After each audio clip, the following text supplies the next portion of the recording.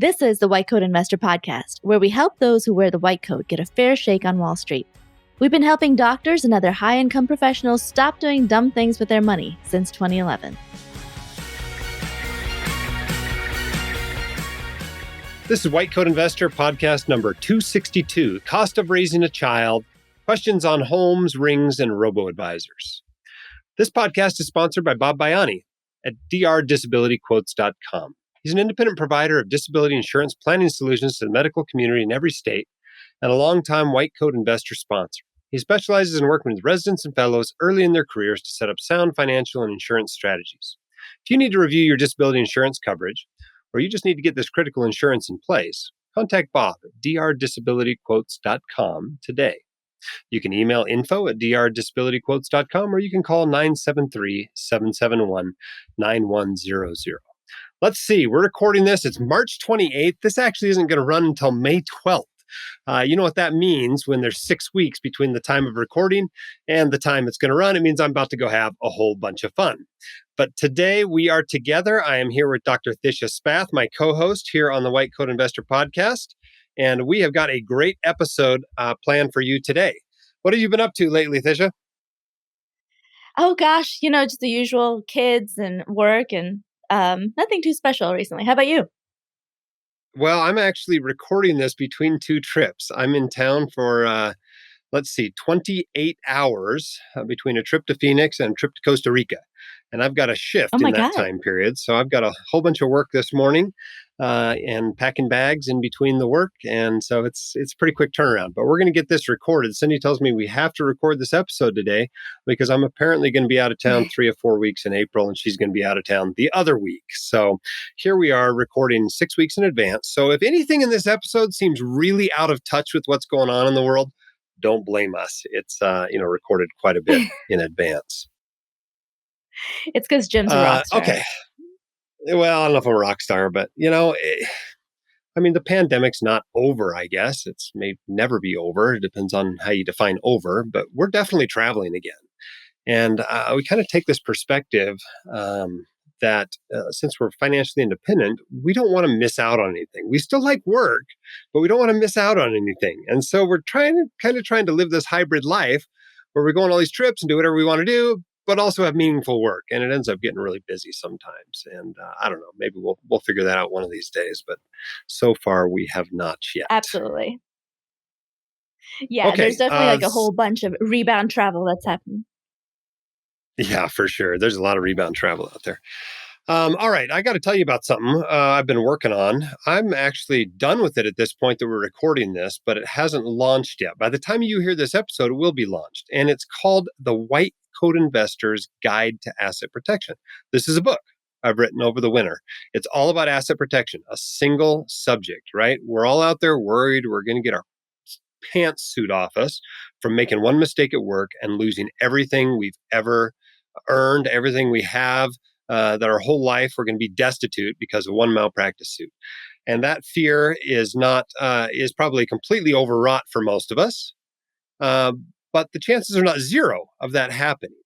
And so the book goes into both what I call basic and more advanced asset protection strategies.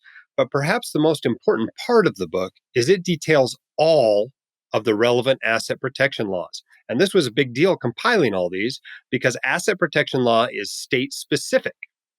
Every state has its own asset protection laws, whether they protect IRAs, whether there is a homestead exemption, whether they protect whole life insurance, whether what has to be done when they sue you. All these laws are unique in state by state. And so without knowing your state's laws, you can't really come up with any sort of a reasonable asset protection plan. So a big chunk of the book, more than a third of the book, is just a listing of the state asset protection laws. And you can use that to look up your own state of anywhere you do business, states you're considering moving to after your training, et cetera. And so it's going to be a pretty useful book to have on your bookshelf, not just to read once, but to actually have as a reference. So check that out. It's available at Amazon like usual. You go to whitecoatinvestor.com/asset protection book, and it'll take you right there. But I hope you enjoy that. It represents a lot of work, and the staff's done a great job doing the layout. Emily primarily is our staff member who's worked on that, as well as getting it uploaded onto Amazon. So thank you, Emily, for that help. Check out the book. if you are interested. All right. Jim, I can't Well, wait we to are read it. going. Yeah, it's going to be good. We'll get a copy out to you. And if you are, you got a big audience, you got some huge Facebook group, or you're a blogger, or you're a podcaster, and you don't have a copy yet, shoot us an email. We'll send you a copy. Tell your audience about it. We'd be super grateful. That would be awesome. All right, let's talk about childcare. Why don't we kick this off? Why don't we kick this off with a question off the speak pipe? We got a great question from Megan. Let's listen to her question. And then we're going to rant a little bit about the costs of raising children, because they are not insignificant. All right, let's take a listen to this one.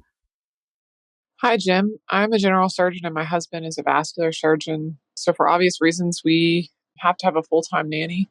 Currently, we use a company that takes care of W-2, paying employer taxes, deducting the nanny's taxes, and actually paying the nanny.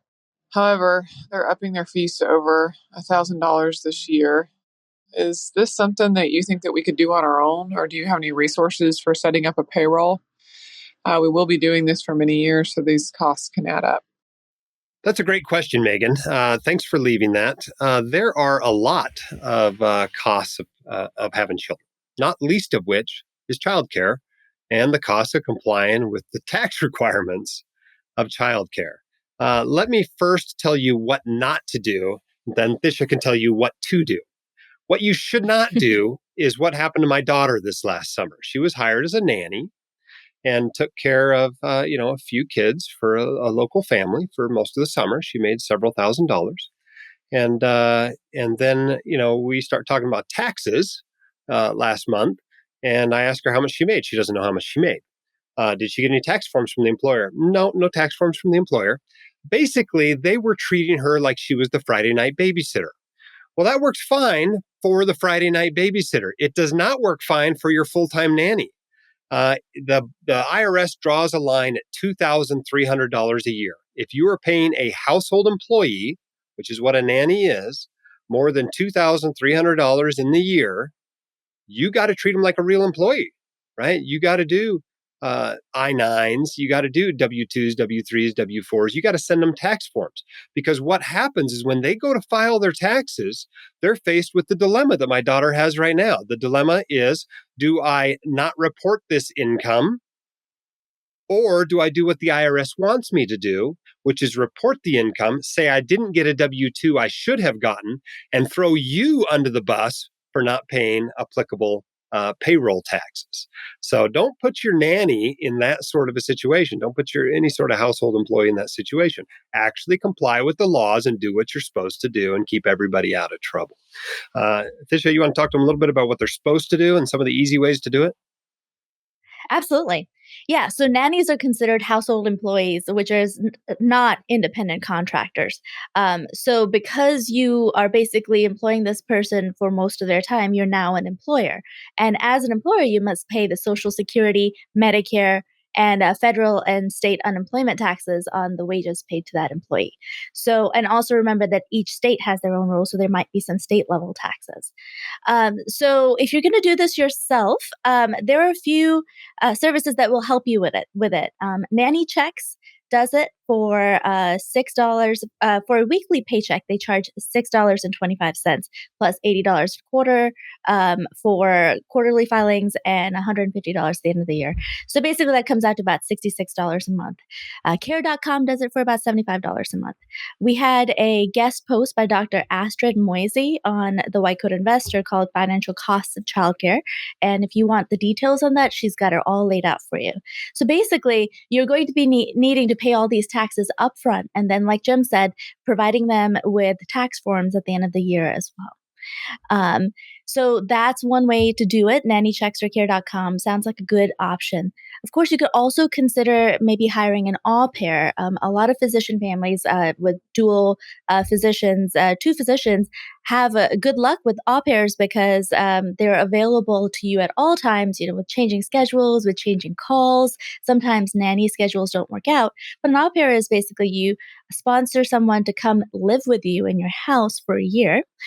Usually, you are also required to provide them with a car and accommodations. So if you have an extra room in your house and you can get someone to come live with you, that would obviously be ideal and actually turns out to be pretty cost effective as well.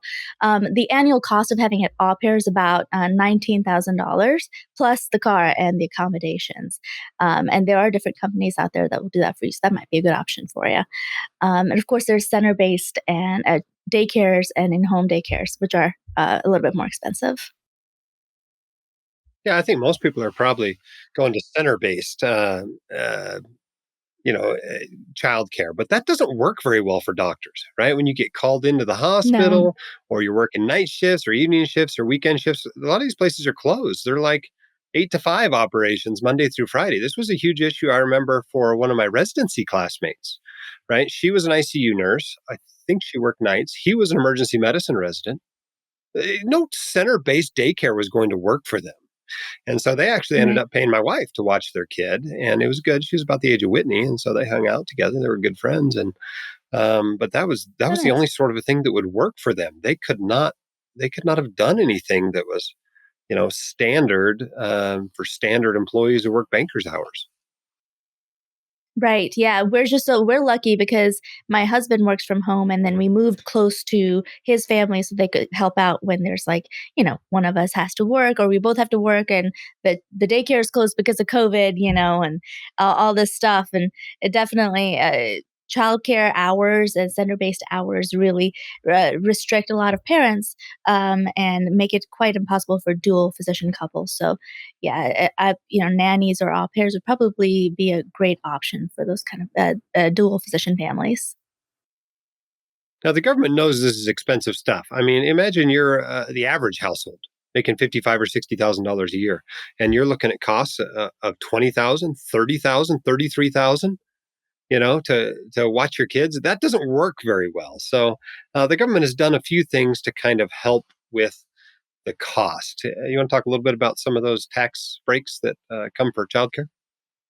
Yeah, so there's two different options, and they've recently been really beefed up because of COVID, which is really awesome for families. So the first option you have is a dependent care FSA. Of course, that's not guaranteed. Generally that's employer sponsored. So if your employer has this option, this is a really good option for higher income families. The other option is child tax credit. The child tax credit was actually paid out in increments during COVID. So the important thing to remember about that is the child tax credit is something that you opt into, but you can't use the dependent care FSA money for the same stuff that you're getting the child tax credit for. So you can't use both of them for the same amount of dollar expense. But thankfully, we all have so much childcare expense most of the time that we can utilize anything that we get. The dependent care FSA basically lets you use pre-tax income and bypass Social Security and Medicare tax, and pay for child expenses with your pre-tax income. So it decreases your taxable income, which is awesome. And because of COVID, the American Rescue Plan actually increased the contribution that you can put into a dependent care FSA from a $5,000 max per year to $10,500 per year. And they actually made it so that it could roll over. Whereas before in a dependent care FSA, it was either use it or lose it kind of situation. Because of COVID, you can roll over those funds. You can almost get $15,500 pre-tax for childcare this year. And the child tax credit, which used to be a pretty bad deal for high earners because it maxed out at 20%. So it's phased out because of AGI, your adjusted gross income. So the higher your adjusted gross income, the less child tax credit you get. But because of the American Rescue Plan, it has increased the benefit from about $1,000 to you to up to $4,000 per child for one child and $8,000 for two or more children. So these are really important tax benefits to be aware of if you do have kids, and make sure you do utilize it. The important thing to know about a dependent care FSA is that you can have it even if you have an HSA. A lot of times you can't have HSA medical and a medical FSA, but you can have a medical HSA and a dependent care FSA together. Yeah, that child tax credit was a bit of a change. I mean, it used to be almost no docs qualified for it. Now many docs qualify for it. The phase out starts for a head of household, which if you're a single parent, you're probably filing head of household. Starts phasing out at 112,500 of income. All right, so most docs are going to be above that. But if you are married, it starts at 150,000. Married filing jointly starts at 150,000, but goes all the way to 400,000 before you're completely phased out of it. So lots of docs can get their AGI below 400,000. Probably the majority of docs. I think the average physician income, not the average physician household, but the average physician income is 275 right now. So lots of docs are going to be under that $400,000 limit and be able to get some sort of a child tax credit, which I know how much kids cost, and the tax credit doesn't come anywhere close to paying for them, but it helps. Every little bit helps, and so if you qualify for that, make sure you're getting that when you file your taxes. But mostly, it just costs a lot to pay for kids, And the funny thing is, everyone thinks, "Oh, it's crazy paying for childcare. I can't believe how expensive childcare is." Well, guess what? It doesn't get any better. They just keep becoming more and more expensive as time goes on. All of a sudden now you're paying for private school, or you're paying for college, or you're getting them a car, or they start eating more. Have you ever fed teenage boys? They're not exactly skimpy on their portions. This expense doesn't really go away until they're out of college, to be honest with you. So get used Yeah, I to it, feel I like it just guess. Kids are shifts. expensive. Yeah, Yeah, exactly. yeah. At least with the daycare expenses, it is somewhat subsidized by the government with these tax benefits, so you might as well use them while you can. Yeah. Speaking of costs of families, let's go on to our next question on the speak pipe here. This one is about engagement rings, and we had a good time discussing this. But let's take a listen to the question. Hey, Dr. Daly. This is a pretty non-traditional question, but I'm currently a resident and I'm thinking about proposing to my girlfriend at some point. And I was wondering, how much should someone in my position spend on a ring? Now, tradition says that we should spend approximately 3 months of one's income on an engagement ring. And as a resident, I rake in, let's say, $60,000 a year. So 3 months of that would be $15,000. That's a lot of money, especially for someone on a resident salary. Now, obviously, I want to invest in the person I love. I want to get something that both she and us are, proud of together. So I'm just curious, like, do you have any guidance as to how much one in a resident's position should spend on a ring? And also, is a ring really even considered a financial investment? Obviously, it's something that is an investment into our future together, but since it is a financial podcast, is it something that we should consider as a financial investment as well? Since I would be potentially contributing a lot of money towards it. Thanks. All right. Great question. You want to answer this one first, Disha? Let's hear your take on it, and then I'll Well, give my take. yeah, I would definitely if I were buying a ring for someone, I would start with what they wanted rather than the dollar amount. I would take them to the store, kind of get an idea of what they actually want. It's like funny story. My husband bought me this awesome rock right here, several rocks. Um, and he actually sold his motorcycle to do it. I mean, what a wonderful gesture, the fact that he lives longer because he's not on a motorcycle anymore. And and he gives me a ring.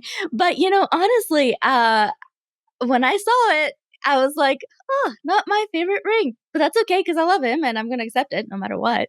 But I would have, I generally would have preferred like a really super duper simple ring, not that expensive ring, because honestly, all these like crevices in the ring make me nervous that there's bacteria in there that I'm carrying around from patient to patient. I'm pretty, I'm pretty uh, uh, cognizant of all the germs, especially these days. So I'm trying to like wash this thing in peroxide, several times a month. But it really stresses me out, honestly, to be wearing this much money and this much bacteria potential on my hand. So I tend not to wear it. So I would, I just wear my wedding ring. But yes, I would talk to your potential spouse, your person, and just take them to a store. And you know what? Girls kind of like a heads up anyway. So that's what I would You know, do.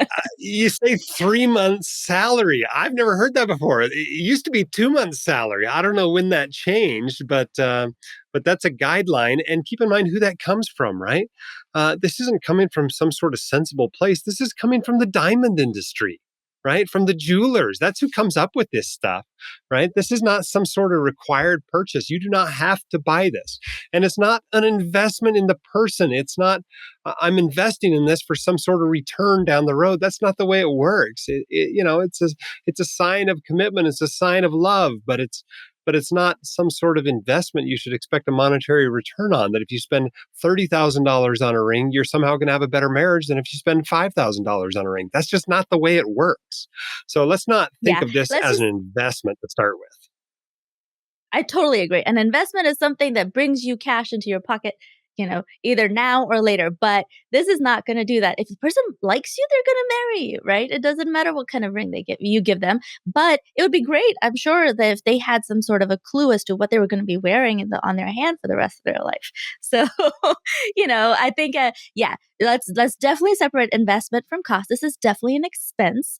That's okay. It's a great expense to have. Just be cognizant of your budget and make sure you know what they want.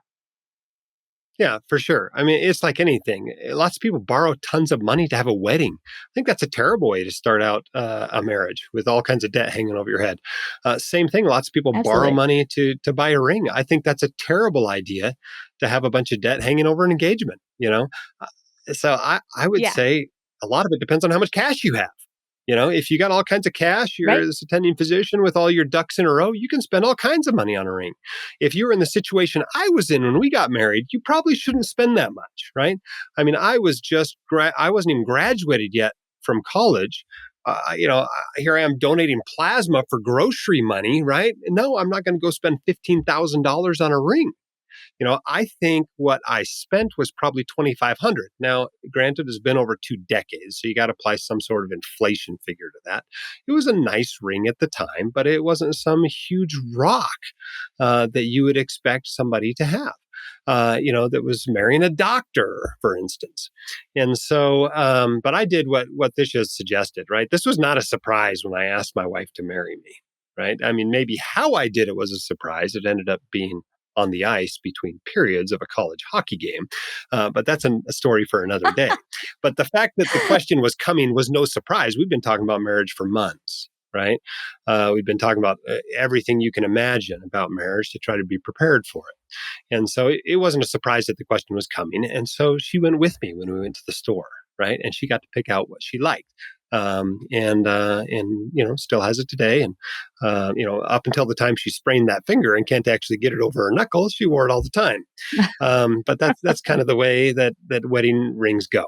And so try to inject some common sense into the situation. You don't necessarily want to cheap out on something like this, right? I mean, typically this is something that gets shown off to friends, and it's an important thing. So you don't want to have some terrible ring, but at the same time, use some logic in the situation.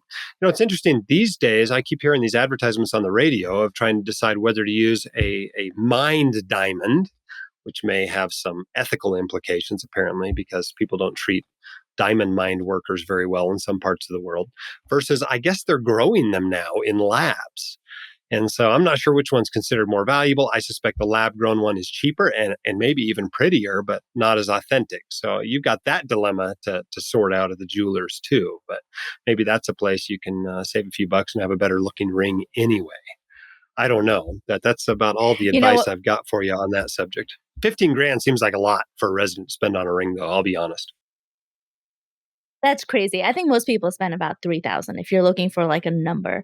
But funny story, actually, Josh and I are gonna go shop for a simpler ring for me this year because it's our 10 year. So Ah, very there. cool. So there's always, there's Just always yeah, the opportunity to upgrade this thing. I don't know what they call it, an anniversary ring or something. You can always get a yeah. nicer ring later. So don't feel like this only has to be a one-time purchase. Keep it reasonable. I don't know that I'd say 3,000. That feels like maybe not all that much these days, but I'd say less than 10 if you're a resident anyway. That seems like a lot to spend more than that to me. But good luck with Yeah. your decision. It's your money. And I would try to buy it with cash. Just the act of saving up for it or selling your motorcycle or something to get it, I think reflects significant commitment to the marriage and to your partner. And so I like that idea. All right, let's do our quote of the day. I love this quote. This one's from Henry David Thoreau. He said, "Wealth is the ability to fully experience life." And I think there's a lot of truth to that, when you can really not have to Absolutely. miss out on any opportunities because you have the money to pay for them. All right, let's take another question. This one from Randall. Hi, Dr. Dolly. Quick question I think you might enjoy answering. What do you see as the future of WCI? I know you've talked about having other speakers and other members joining your team as part of a way to keep it alive and make sure it doesn't die with you.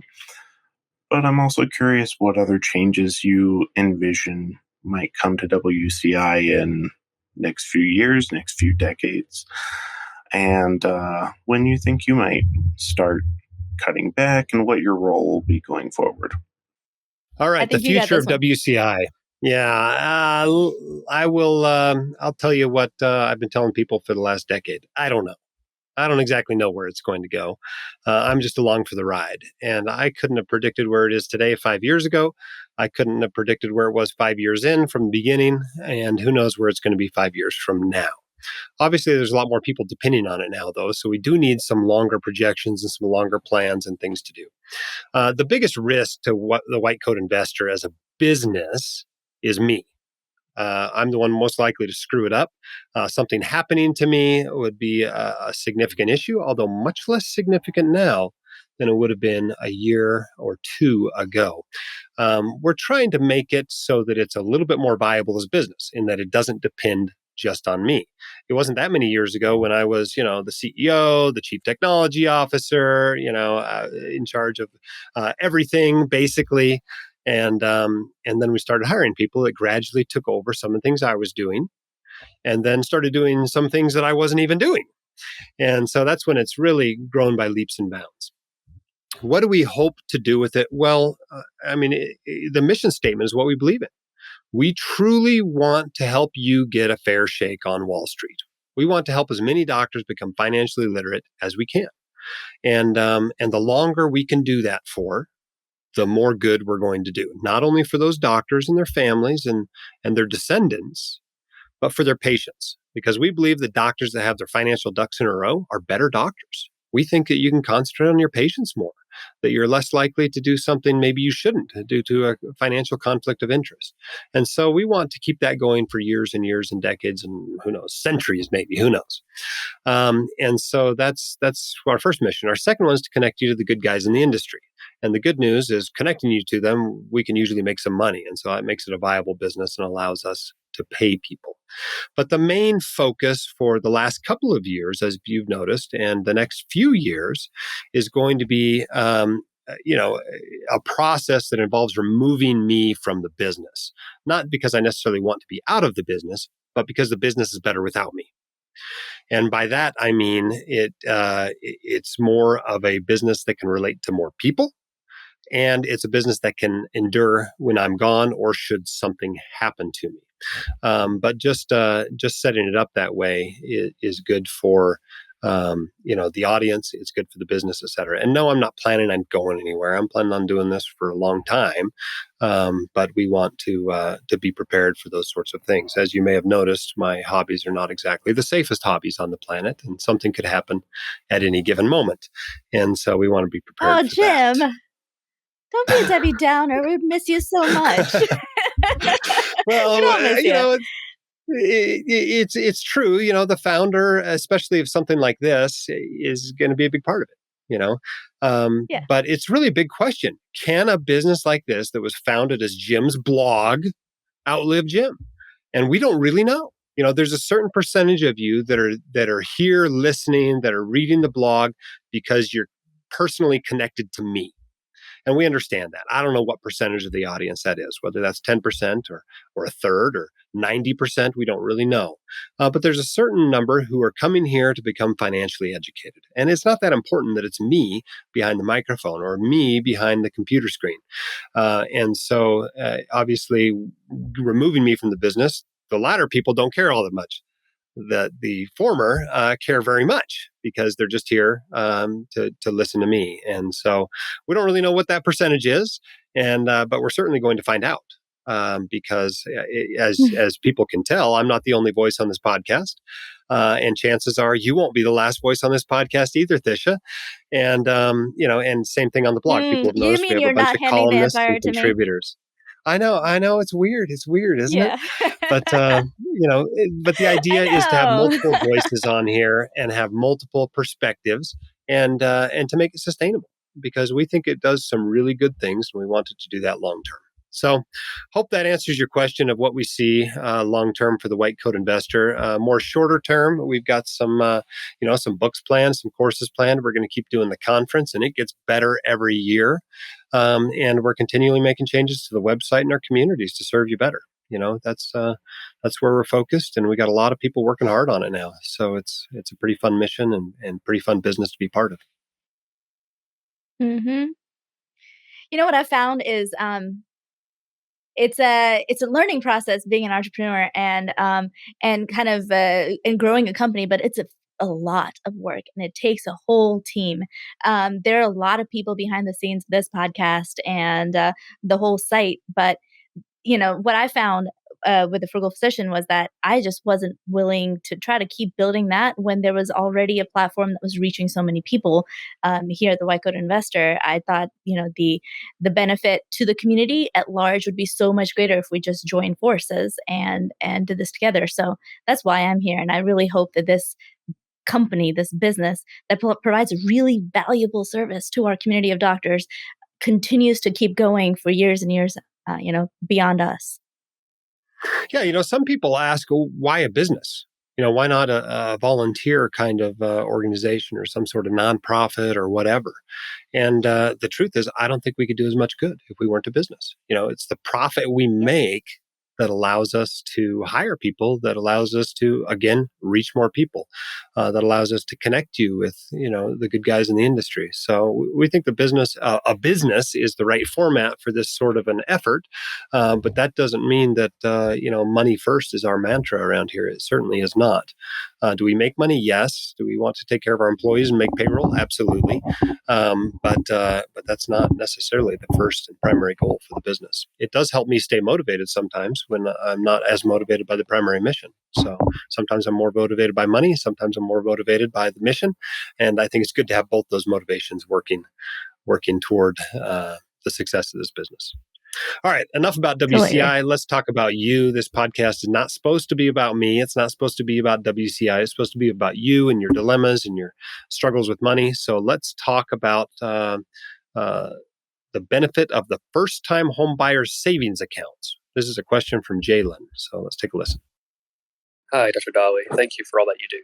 My question is about the benefits of first-time homebuyer savings accounts that are being put into legislation in several states now. Here in Mississippi, that would allow us to make state income tax deductible contributions of up to $5,000 a year, and any earnings the account generates also grows state tax-free. Contributions past $5,000 each year are not tax-exempt, however. My wife is in the spring of her MS2 year, and our financial situation will allow us to start saving for a down payment on a home. The major caveat is the funds must be used here in the state of Mississippi. If her residency or attending position in the future put us into a different state, the funds we would have to withdraw would be subject to the 5% state income tax in here in Mississippi, plus an additional 10% penalty. Is this too risky to have state tax exempt savings for a few years, or am I overlooking anything? Thanks again. Well, this is my first time hearing about these. Have you heard about these before, Thisha? I haven't. Sounds like a good deal for someone who's going to be stable in one state. Yeah. I mean, here's the deal, right? Doctors, as a general rule, do not spend a lot of time saving up a down payment. They either save it up very quickly, they already have the money, or they use a physician mortgage, right? If you are saving for a down payment $5,000 at a time for many years, chances are very good you would have been better off financing more of the home and getting into it earlier. My guideline for buying a home has always been buy when your personal situation is stable and your professional situation is stable. If you don't see any reason why your housing situation needs to change in the next 5+ years, I think you ought to buy a home. I don't necessarily think you have to have a down payment, a classic 20% down payment. And so, I don't necessarily see this need for a huge long-term savings plan to come up with that down payment. Now, there's obviously exceptions to that. If you're starting to save for a down payment early in a long residency and you're not buying during residency, then okay, that can make sense to be saving for many years. Maybe if you're in the military and you're not planning to buy until you get out of the military many years from now, that would make sense to be kind of a long-term saver in that direction. But I would almost rather see people just putting the money toward their retirement savings. And then when they get closer to that date, maybe focus more on the home buying process. So that's part of it. And the other part is $5,000 a year, which is the limit on lots of these state specific plans, doesn't move the needle a lot for a doctor home. If you're buying a home in Mississippi that costs $80,000, yeah, $5,000 goes a long way. But the doctors I talk to are not buying $80,000 homes, especially if Yeah. you live somewhere that's not a low cost of living. I mean, the average home in Salt Lake now, we're not the Bay Area yet, but it's been going crazy the last few years. The average home here is $400,000. $5,000 a year doesn't go very far toward $400,000 home, and especially when it's $800,000 by the time you actually buy it. Yeah, these things are made for not for doctors. These things are made for lower earning people that are, the more average American earner. But yeah, with the amount that we move, with the amount of uncertainty we have with match day and everything, it's doesn't sound like a really good plan for a doctor. Yeah, I don't think there's anything wrong with using it. If you want to use it, go ahead. I'm looking through this internet site. They've got them in Colorado, Iowa, Minnesota, Mississippi, Montana, Oregon, and Virginia. Keep in mind, there's other ways to save up. Like I think it'd be a terrible mistake to skip out on funding a Roth IRA in order to do this, for instance. Because remember, you can take the contributions from a Roth IRA out and use them for this. So I would do a Roth IRA before I did this. This would be pretty far down my list of accounts to fund if I had, a limited amount of money to put into something. And if I didn't have a limited amount of money to put into something, if I had lots of money that I was savings, chances are I'm already in a home anyway, and I don't need this thing. But for some people, it's not a bad idea. Go ahead and use it. But a lot of these have a cap. Like I look in Colorado's, its cap is $50,000 total. Lets you put in $14,000 a year, but no more than $50,000. Iowa, there's no cap. It's $100,000 in Minnesota for a joint account. No limits in Mississippi or Montana. 50,000 in Oregon. 50,000 in Virginia if you're single. So these are not. And some of these aren't even passed yet. Like in Louisiana and Massachusetts and New Jersey. In Pennsylvania, they're not even passed. They're just being talked about in the state legislature. So something to keep in mind. The government's trying to help us, people get into homes and be home buyers, so it's not a bad thing, but I just don't see this as being super useful for the white coat investor community. Okay, another question about financing. This one comes from Abdul. Let's take a listen to this. Hi, Dr. Daly. Thank you very much for all you do. I'm a physician in the Southeast, and I have been listening to your podcast and reading your book since I was a fellow in 2018. I have a question that I got different answers to, and I need some guidance. I recently financed a house on a lake an hour from where I live as a second home. My family and I still want to use this house, but I also want to rent it out on Airbnb, and I'm planning to give it out to a rental company for management. My main concern is legal and tax protection. Some advised me to create an LLC to put the house under, but when I did that, the bank threatened to have me forfeit the loan, so I backed off. Now I'm not sure really what to do. Should I just rent it out and raise the insurance ceiling on it, or should I try to refinance it under the LLC? That would apply to any house I would buy in the future, I guess. Again, thank you very much for all you do. I'm looking forward to hearing from you. All right. Good question. Lots to go into that question, right? It seems so simple sometimes, but there's actually a lot to discuss about your question. The first thing is the concept of mixing business and pleasure, right? Lots of people want to do this. They want to have something they can use sometimes, but somehow figure out a way for it to pay for itself. Right? This is the dream, is to have this second property that pays for itself. So you can go up there whenever you want. But the truth is, when we buy something for consumption reasons, we tend to look at it differently than when we buy something for investment reasons. When we're buying an investment, it's very much a cold, hard look at what the cash flow is.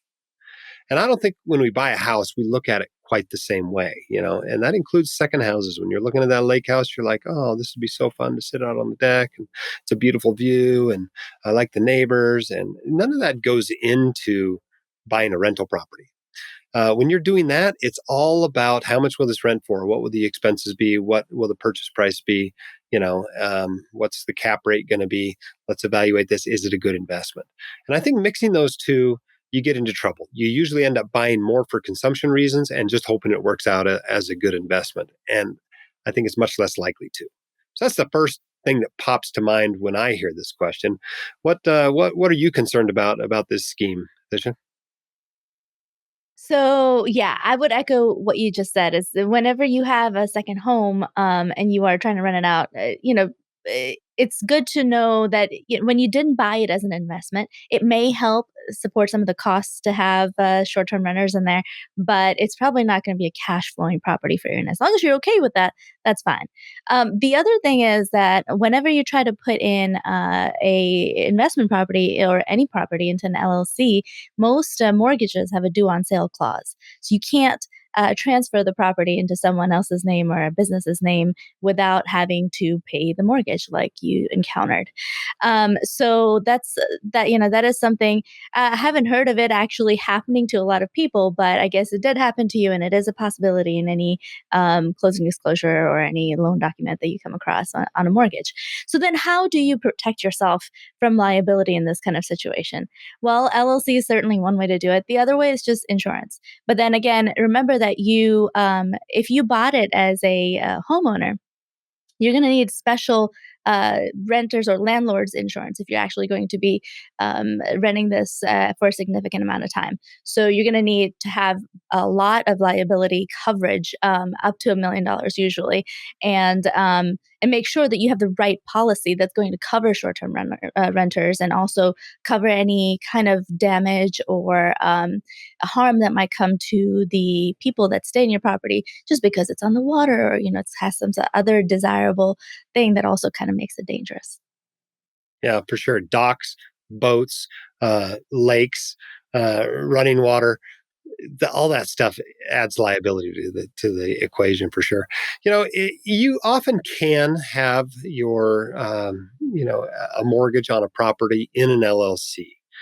You probably shouldn't do it behind the bank's back, but typically, I think if you are willing to continue to sign for it personally, I think they're usually okay with it. The other option is a non-recourse loan, basically where the loan's just to the LLC. But you know what? The bank's going to want a higher interest rate for that. Not only do you pay a higher interest rate when something is an investment property versus something you're actually living in, but when the bank has no recourse on you personally, it's all even going to be an even higher interest rate. And so it may be the bank balking at the fact that you got this sweet personal loan for an owner-occupied house, and now you basically want to turn it into an investment property and put it in an LLC. I can't blame them for wanting to be paid more for covering that because it's more risk to them. And so I think that's obviously something to consider. And so you just got to talk to the bank, talk to other banks, say, what are the options? What if I sign for it personally? What if we just go with a non-recourse loan and refinance into that? What if I put some more money into it? So now your loan to value is only 50% instead of 80%, then maybe they'll be a little bit more willing to work with you. And I totally agree with you about the insurance. Umbrella insurance is good. Everybody should have umbrella insurance on all their properties, but you're running a business now too. You need business insurance. And that's not an insignificant amount of liability. Keep in mind too, second homes, the number that most people come up with, the rule of thumb is if you're not going to spend 3 months a year there, it probably doesn't pencil out.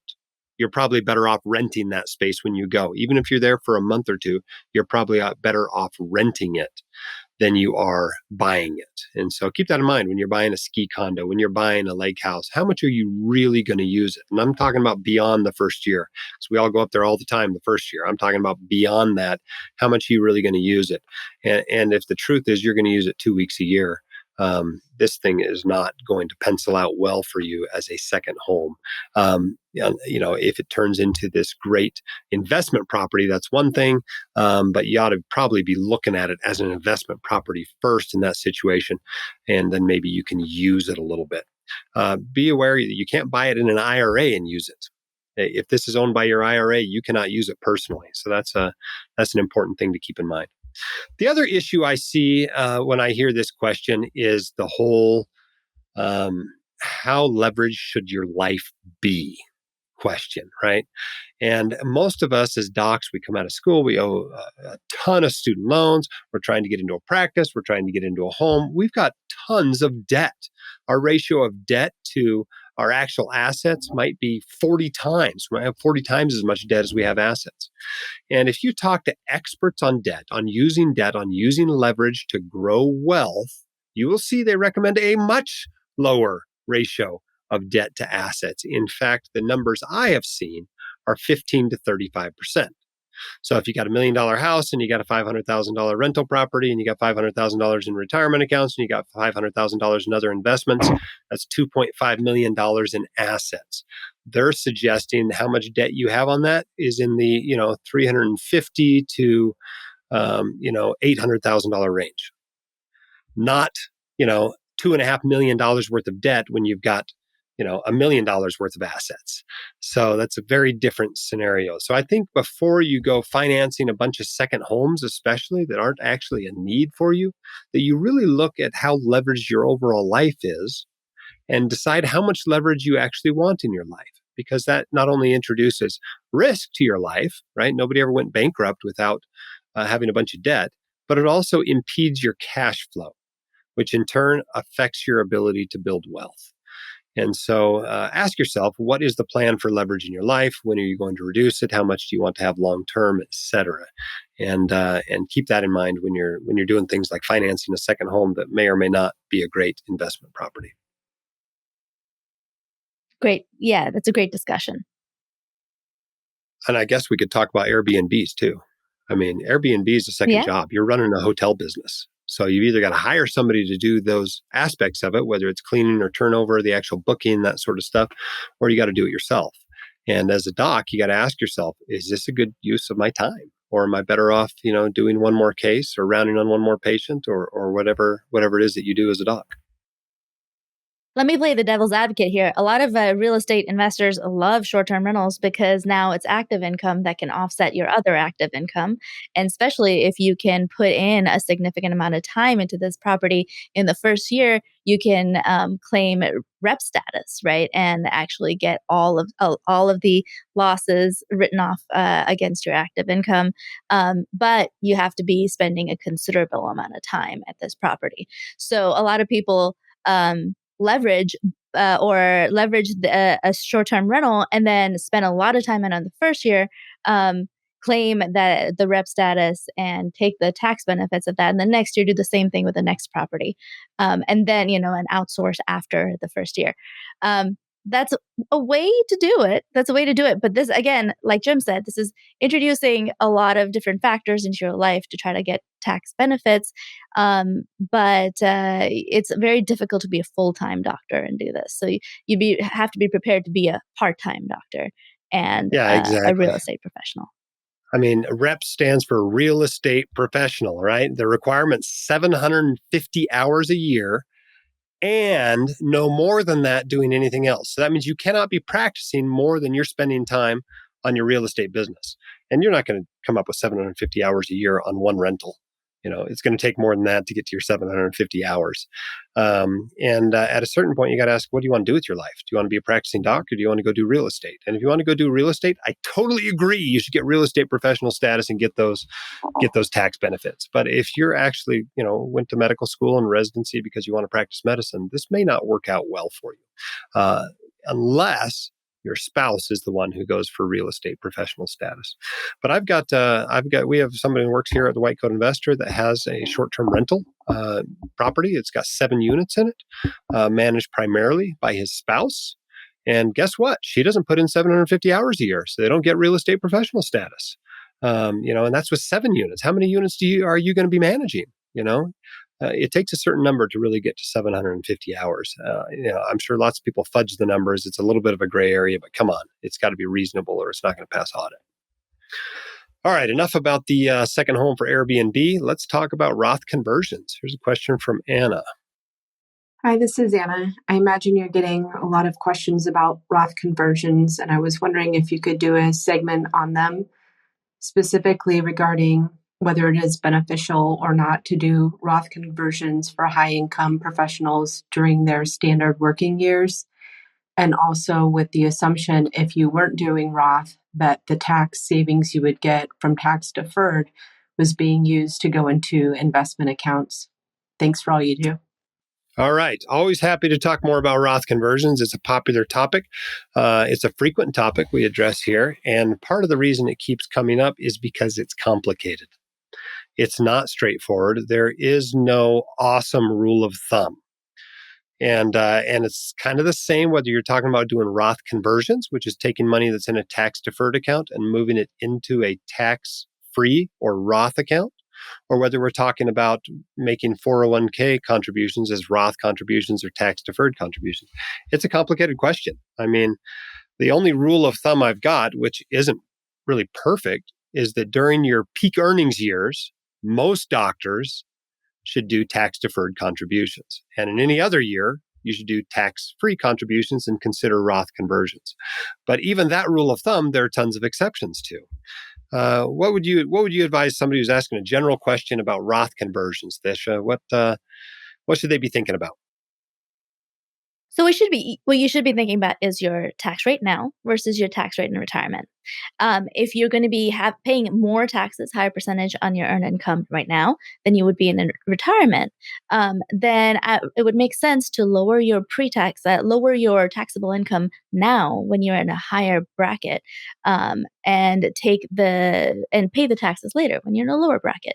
Also, remember that you don't pay taxes in the first 40 or so $1,000 that you actually get as income. So when you're retired, and also you're not going to most likely have a mortgage, or as many expenses. When you're retired, your expenses and the amount that you need to live on is going to be lower than what you're earning right now. So it makes a lot of sense as a doctor when you're earning a lot right now to do pre-tax contributions now and then do Roth conversions later.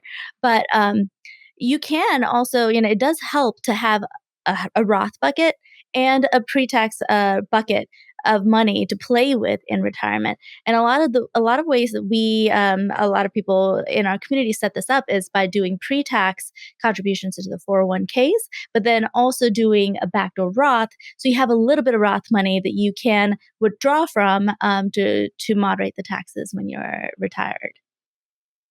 Yeah, What do you I think, think Jim? that is as good as we get for a general rule. I see a lot of confusion on this. A lot of people don't understand the difference between a Roth conversion and a backdoor Roth. They use the terms interchangeably, and these are specific terms with precise meanings.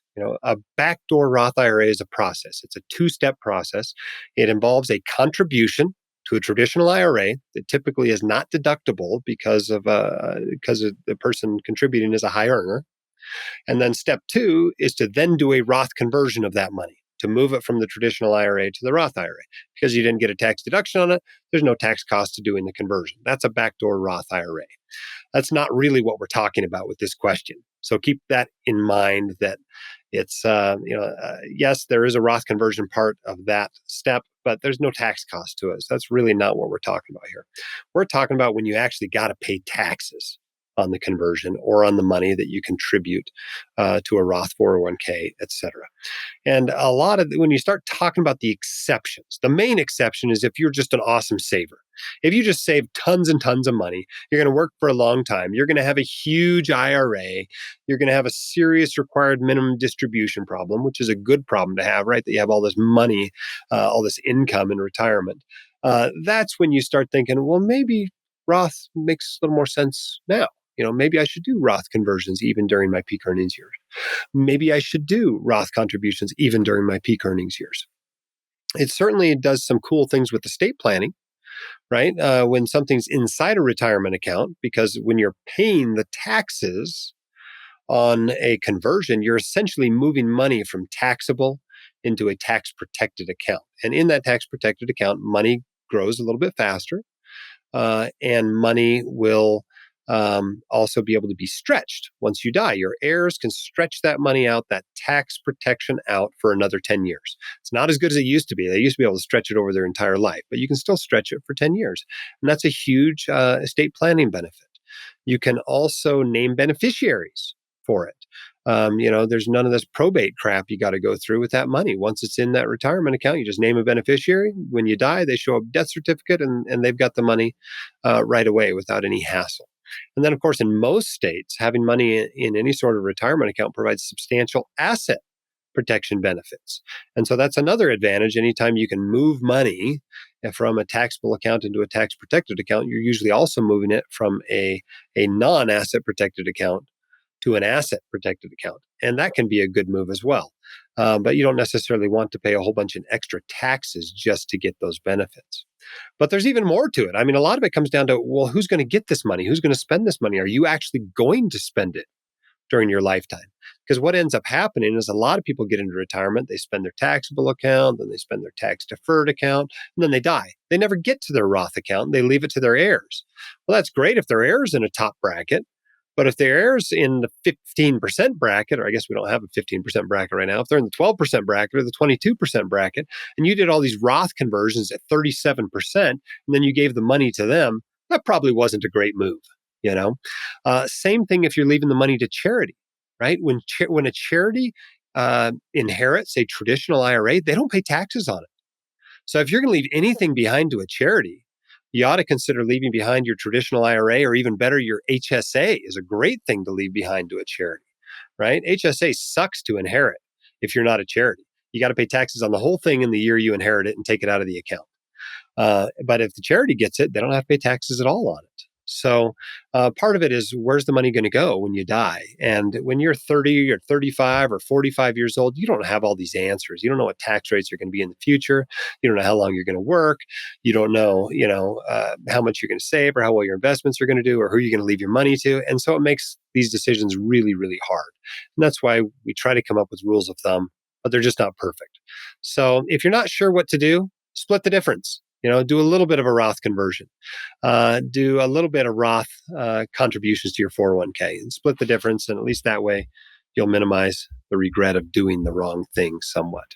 I've tried to guess at every stage of my life of what I should be doing, Roth or tax deferred contributions, and I've guessed wrong several times, just because my life changed as I went along, and it turned out what I thought was going to be the right move probably is not going to be the right move in the long run. So you do the best you can.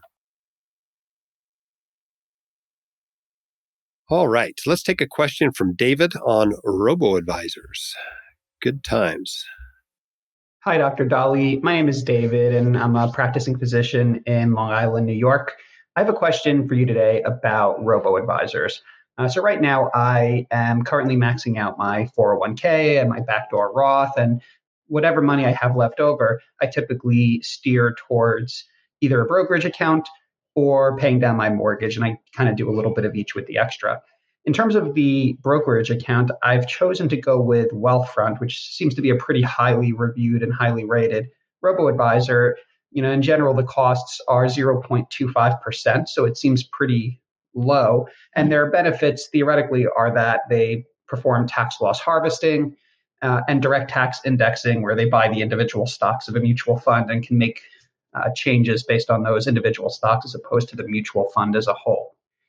I guess my question is, do you think that it's risky putting all my extra money towards a robo-advisor? It just seems like for 0.25%, I probably would net more positive than the expense of 0.25% with these maneuvers. I know that these are things theoretically I could do on my own. But as the account grows larger, I would imagine they have better resources and better algorithms than I do.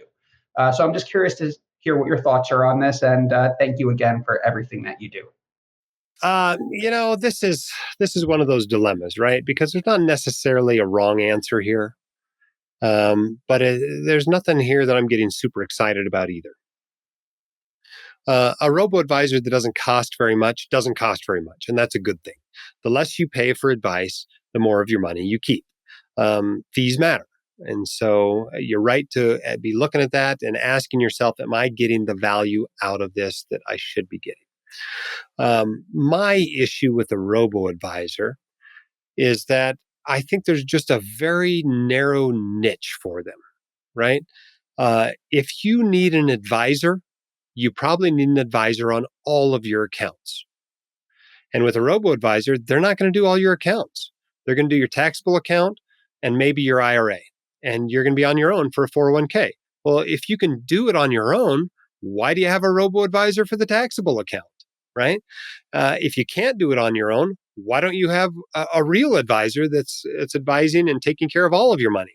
And so I think it's a pretty narrow niche of people that can actually use this. It's people with nothing more than a taxable account and a Roth IRA.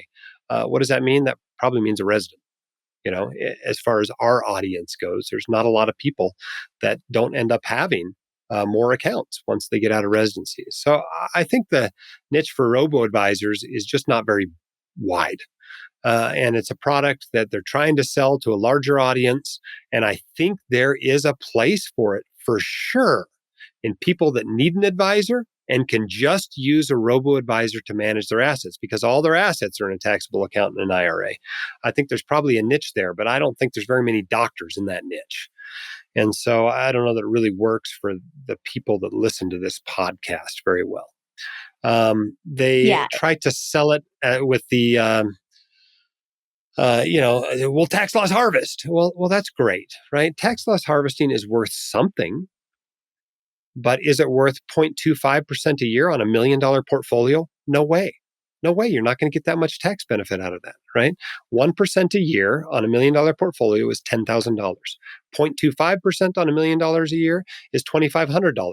What's the biggest tax benefit you're going to get out of tax loss harvesting? Well, $3,000 a year against your ordinary income. So maybe that saves you $1,200, $1,400 in taxes, right? And you're paying $2,500 for it. That doesn't pencil out. You're not going to get enough of a benefit out of that in order to pay for it. And the issue with direct indexing is fine. Maybe there's a little bit of tax efficiency gains there. But what happens when you change your mind? Right? You change your mind. You no longer want to use this strategy. You want out of Wealthfront. What do you own? You own a whole bunch of individual stocks. And you've got a mess on your hands to clean that up. You got to sell them. You got to hold them. You got to figure out which ones have losses and gains and try to offset them as you get out of that and into, index funds. It's a lifelong commitment when you have a strategy like that in your taxable account. And if you're not ready to make a lifelong commitment to Wealthfront to manage that tax account for you, I mean, they've only been around a few years. They may not be around in 60 years when you still need them to be managing that account. And so, I'd be pretty careful adopting that sort of a strategy in a taxable account. What are your thoughts on robo-advisors, Thisha? Yeah, Jim, I would agree with you. I mean, especially if you're a white coat investor, you've been listening to this podcast for a while, you most likely can do this on your own without the extra costs and really just very marginal gains by going with a robo-advisor. Don't have a hugely strong opinion against using robo-advisors, but I just don't see it being that useful for me or anyone else like me. Yeah, I think that's the truth. I mean, tax loss harvesting, right? This is one of those things you do a few times in your mid-career, and then you've got so many tax losses that you're never going to use them all, right? Imagine you've got $1 million taxable account, right? And you hit a big bear market. And, maybe you're able to tax loss harvest $100,000, $200,000, right? At $3,000 a year, how long do $200,000 in tax losses last, right? 6, 7 decades, right? You've got enough. How many more tax losses do you need? Unless you've got some sort of tax loss, some capital gain coming up in your life that you need to offset. That's the only reason I keep grabbing tax losses is because, well, what if I sell the white coat investor someday, right? Maybe I could use some of these tax losses. And so I keep booking them when it's convenient and when I have a big tax loss. But, I was way too excited about tax loss harvesting early on in my investing career, because then you come to the next bear market and you get so many tax losses, you're never going to need them again just from doing like two trades. 2 round trips with the tax losses, and all of a sudden you have tons of tax losses, and you don't need any more. Once that taxable account gets to a certain size, this is not a great use of your time or your fees to pay somebody else to do it for you. All right. Hope that helps, David, with your decision whether to continue to use Wealthfront or not. I don't have anything against the company. They do what they do. You can read what they do. And if you feel like that's adding value, you can try that. Just try to see the end from the beginning and decide if that's really something that you want long term. All right. Anything else we ought to cover today, Thisha, that we haven't, that the audience needs to hear? I need to hear where you're going in Costa Rica. Yeah, so this is going to be a fun trip in Costa Rica. By the time you hear this, I'll hopefully be back and it'll be a distant memory, but it's a canyoneering trip. So flying into San Jose, driving up into the mountains, and we're exploring some waterfalls and canyons that were just recently explored for the first time. And then we're going to do a little bit of pack rafting, and we'll be back in 6 days. So it's a pretty whirlwind trip, but should be a lot of fun. Wow. Going with a friend and brother-in-law, and we found a canyoneer down there that we're going to team up with to do some canyons. So should be a lot of fun. Oh, you know what else we ought Sounds to mention? amazing. Hope you I have a don't great know. trip. Yeah, thanks. One thing that we ought to mention, I don't know which way it's going to go. Right now, it's March 28th. By the time you hear this, it's going to be mid-May. But remember, May 1st is when the student loan holiday is supposed to end. And so Right. keep in mind, if the student loan holiday has ended by the time you hear this, you may need to refinance your student loans. So go to the recommended tab under whitecoatinvestor.com. Find those recommended student loan deals. You get cash back. We're throwing in our flagship Fire Your Financial Advisor course for anybody who refinances through those links, and check that out. If they do extend it, which wouldn't surprise me at all in this election year, then again, pay attention to when your federal student loans stop being at 0%. Eventually, you'd think they will stop doing that, but you never know. Maybe they'll come through and forgive them all or something. Who knows what Congress is going to do? But if you have federal student loans, make sure you're keeping up to date on that. And as soon as we know what's going on, we'll Another announce it to you on deadline. the podcast. Absolutely. Another deadline I'd like to remind people of is the October 31st deadline to consolidate your student loans if you are looking towards getting the PSLF waiver forgiveness, which is the broader forgiveness that a lot of people are eligible for now. So make sure you look at that as well. Yeah, this is the emergency program put in place because of the pandemic. That President Biden was able to put this program in place on an emergency basis. Basically, people who made payments under programs that didn't used to count for PSLF, or they made late payments, or they made payments that were $1 short. Those payments all didn't used to count. Now they do count, but only through October 31st. And so make sure you file the paperwork you need to for that. All right. Let me remind you of our sponsor of this podcast, Bob Baiani at drdisabilityquotes.com. He's been a long-time sponsor of the White Coat Investor. One listener sent us this review. Bob and his team were organized, patient, unerringly professional, and honest. I was completely disarmed by his time and care. I'm indebted to Bob's advocacy on my behalf and on behalf of other physicians, and to you for recommending him. So contact Bob. The website is drdisabilityquotes.com. The email is info@drdisabilityquotes.com, and the phone is 973-771-9100. If you don't have disability insurance, get disability insurance. Don't forget about our upcoming, about the book that's out. This is the Asset Protection book. The White Coat Investor's Guide to Asset Protection. You can pick that up on Amazon now. It is not expensive, right? That's even cheaper if you get it on Kindle. And it'll give you the information you need about asset protection. All right, let's go over our latest review. Thisha, you want to tell us about this one? All right, the real deal. This guy knows what he's talking about. No hyperbole, no scams, just a common sense, evidence-based, and rational guide to personal finance and investing. I've been listening for 2 years. It would have saved me literally 6 figures had I discovered him earlier. Oh well, better late than never. Definitely geared towards high-income earners, but anyone will be wiser and smarter with their money by listening to this one. Awesome. Thank you so much for that. Yeah, we really appreciate those 5-star reviews. They help us to spread the word about the White Coat Investor. Well, we've come to the end of this podcast. Keep your head up, your shoulders back. You've got this, and we can help. We'll see you next time on the White Coat Investor podcast. The hosts of the White Coat Investor podcast are not licensed accountants, attorneys, or financial advisors. This podcast is free entertainment and information only.